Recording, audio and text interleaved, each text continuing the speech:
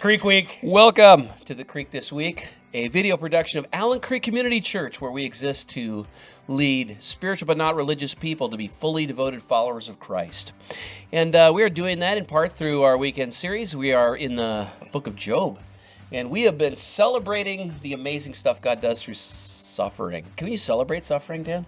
Well, something tells us that our viewers are going to Yeah. at the end of this video.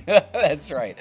Well, we're getting to the end now, and what's amazing is the thing that you're just kind of dying for, you're hoping for, you're cheering for Job, right? Because throughout the really wild interaction he has with his friends, where they're kind of giving him really not good theology, this is really bad comfort, where they're kind of giving him spiritual truisms that actually, like, there's a lot of truth in what Job's friends say. Did you know? I mean, we can all agree to that, right? There's almost like they're repeating Proverbs to him, Right. which we read Proverbs and say, these are the principles. These are the moral sort of principles by which God has arranged the moral universe. Yeah, it's karma. It's like, Yes. hey, Job, sorry you're having a bad day.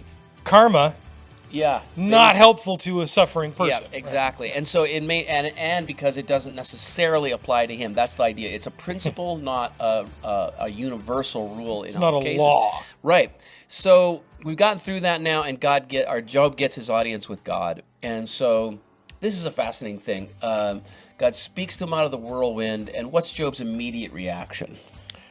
His immediate reaction? Yeah. Well, I know at the end of God's first speech, Yeah. because there are a couple, Yes. he goes on a bit, Yes. is to cover his mouth. Yeah. Job just goes, I spoke once, I won't speak again, and I cover my mouth. Yeah. So he's deeply humbled by this, and let's talk a little bit about the content of God's response. So if you've been following Job, he wants an audience so that he can defend himself, so that he can justify that he did not deserve this, and what was God's excuse, essentially. And does he get what he wants? No. Judging by God's speech? Not really. No. I mean, technically, he gets an answer. Yes. There's not silence, Right. but he doesn't get what we're rooting for along with him, Right. which is, tell me, why do we know where God? Okay, Job, let me tell you. Remember back in March when this happened? Yeah. Well, I had to do this to create that. Some Yes, kind of exactly. rational Yeah. formula for why this happened. He doesn't get that. What he gets is a litany of some of the most beautiful poetry. It is. And prose. Yeah. Directly from God, essentially saying, "I'm God, Yeah. and I do what I want, Yeah. and you should probably be humble about that." Right. Yeah. That there is like he goes into essentially just corners of knowledge that are impossible for a human to have. And then the rhetorical question is laid out there as if to say, I know this, do you know this? He gets kind of sarcastic. He doesn't does, yeah. In chapter 38, in particular, it's for me, for whatever reason, is particularly potent. But God's answer to him, he says, first of all, brace yourself like a man. Yeah. Because I'm going to give you an Yeah, answer. yep. So yeah, put your cup on. Yeah. Get the helmet out. Strap that thing down. Kevlar up. Because I got some stuff to share. Yeah. And he says, and this is rhetorical. Yeah. Where were you when I laid the earth's foundations? Yeah. Tell me if you know. I mean, what's funny about it is God gets he's a little salty. Yeah, With him. he is. And we were talking earlier. It's probably bordering on inappropriate, but sometimes I hear, because we're talking about the progenitors of the Jewish people Yes, here, yes. I always hear God's voice as kind of an angry old Jew, kind of a Mel Brooks, or something Yeah. like that. Where were you when I laid the earth's foundations? Tell me if you know.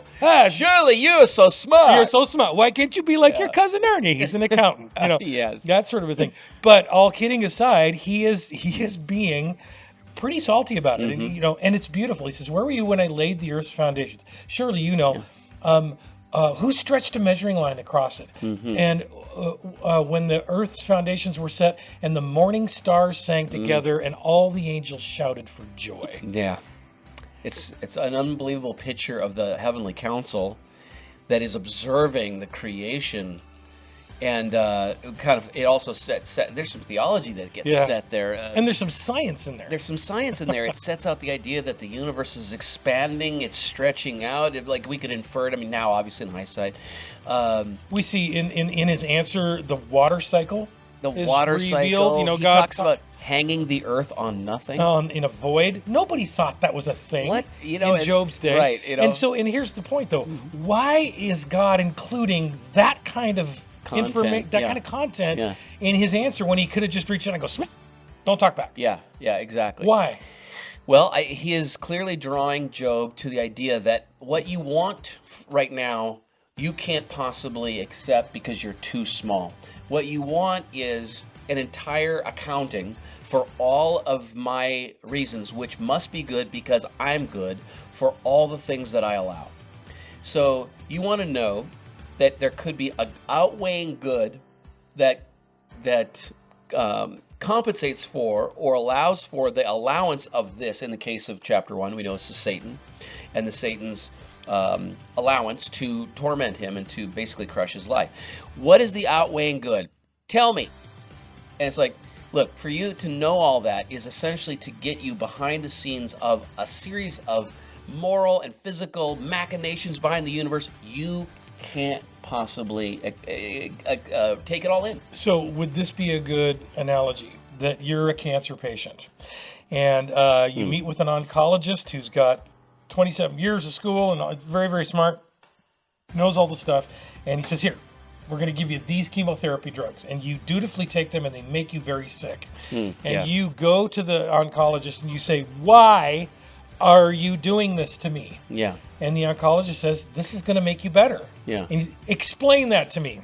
No. Look, I had to go to school for 12 years. And do you understand microbiology and chemistry and all of these things? The answer is essentially, I'm going to make you feel better with these drugs. Yeah. But I don't have the time. My job is not to educate you and make you an oncologist. Right. I'm the oncologist. Right. Do you trust me or not? Yeah. That's really kind of the question. Yeah. That's actually a very good metaphor. Yeah. I don't need you to tell me. That's a great metaphor. Yeah, no, it's a fantastic metaphor. Nice job.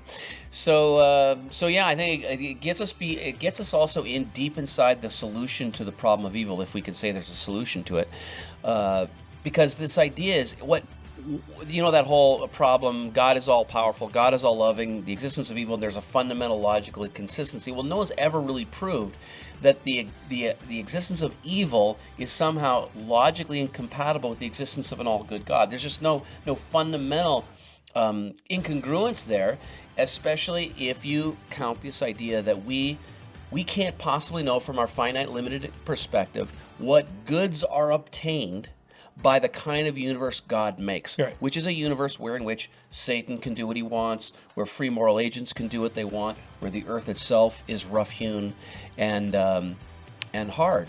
So we can't know all of what goods could be obtained because it literally requires infinite knowledge. But we do get a little insight, right? And maybe we can wrap it up with this. Yeah. We do get a little insight because God includes all this beauty in it. So there's enough. He's throwing us a bone because it really could have been a much shorter book. Yeah. Right? Because there's chapters and chapters and chapters of God going on about wonder and power and beauty and His sovereignty. And it begins to draw you, if you read it, and I think there's a tendency maybe for us to kind of want to skip over some of that. Yeah. Don't. Yeah. Because it's in there for a reason. It draws our hearts into the wonderment of this God who's in charge. Exactly. If he doesn't go through that list of, let me talk about the dangerous animals, let me talk about the cosmos, we won't actually let our minds explore the idea that, that's right. That's why they spell his name with the big G. I'm small and he is big. Right. Yeah. And then we see at the end the graciousness of God to restore him and the fact that Job is a different kind of person. And you know what's interesting, and again, sorry, just one final note on that, is that it's actually wrapped up in something related to his daughters. In his restoration, Job is blessed again with children, and he has daughters. They're described as the most beautiful daughters in the land. They have interesting names, Dove, Makeup, and what's the other one? But he gives them an inheritance along with his sons. And that was unheard of in the ancient Near East. Something has happened inside the mind of Job that he has become just more super generous. Super generous. He has been he has been refined by suffering. And that was actually the point of his last friend, to tell him that not all suffering is discipline, not all suffering is punishment. Some suffering is for the betterment of us, for the refinement, for God's pursuing some good end. And so, friend, if you're in the middle of it, we have to trust that God, a good God, has goods that can be only obtained this way. And yeah, we're going to have to trust through that. But we have reason to, right? And most of that has to do with Jesus. All right, we'll see you guys next week when we finish this up. And until then, Toodaloo. toodaloo.